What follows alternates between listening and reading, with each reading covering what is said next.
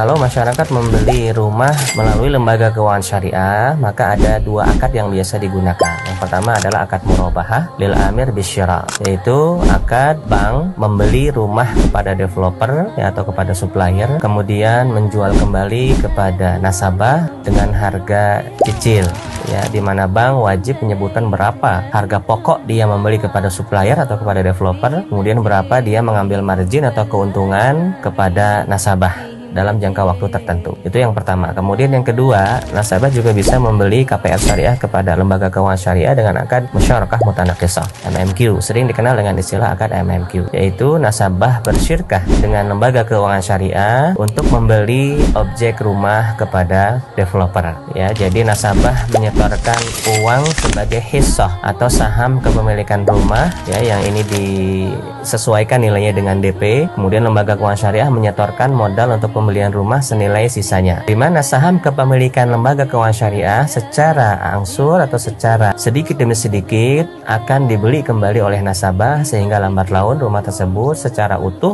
menjadi milik nasabah. Untuk skema KPR syariah menggunakan lembaga keuangan syariah dengan secara inden ya, maka akad yang digunakan adalah murabahah atas lahan, kemudian istisna konstruksi, atau ya bisa juga nasabah pesan murabahah lahan kemudian ijarah konstruksi. Ya, di beberapa lembaga keuangan syariah menamakan akad-akad tersebut memang berbeda-beda. Ada yang menyebutnya dengan murabahah bundling, ada yang menyebutnya dengan akad istisna, ada yang menyebutnya dengan murabahah paket ya.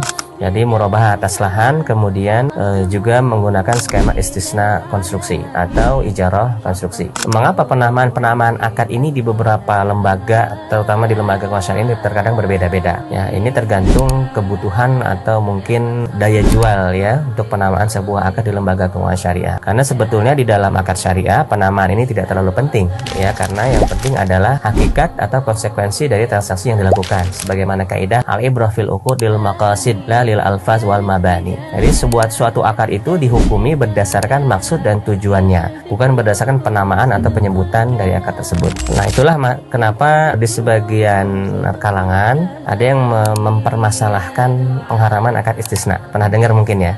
Jadi dipecah menjadi murabahah lahan dan ijarah konstruksi. Padahal secara praktek sama. Iya, enggak, secara proses sama, hanya sekedar penamaannya saja. Nah, ini yang saya maksudkan mengapa penamaan itu tidak terlalu penting kalau hakikatnya adalah sama. Jadi kita mau menyebutkan skema KPR inden ini KPR inden, atau murabahah bundling, atau murabahah paket, ataupun istisna, ataupun ijarah, itu enggak ada masalah ya, selama skema yang dilakukan atau alur yang dilakukan konsekuensinya sama.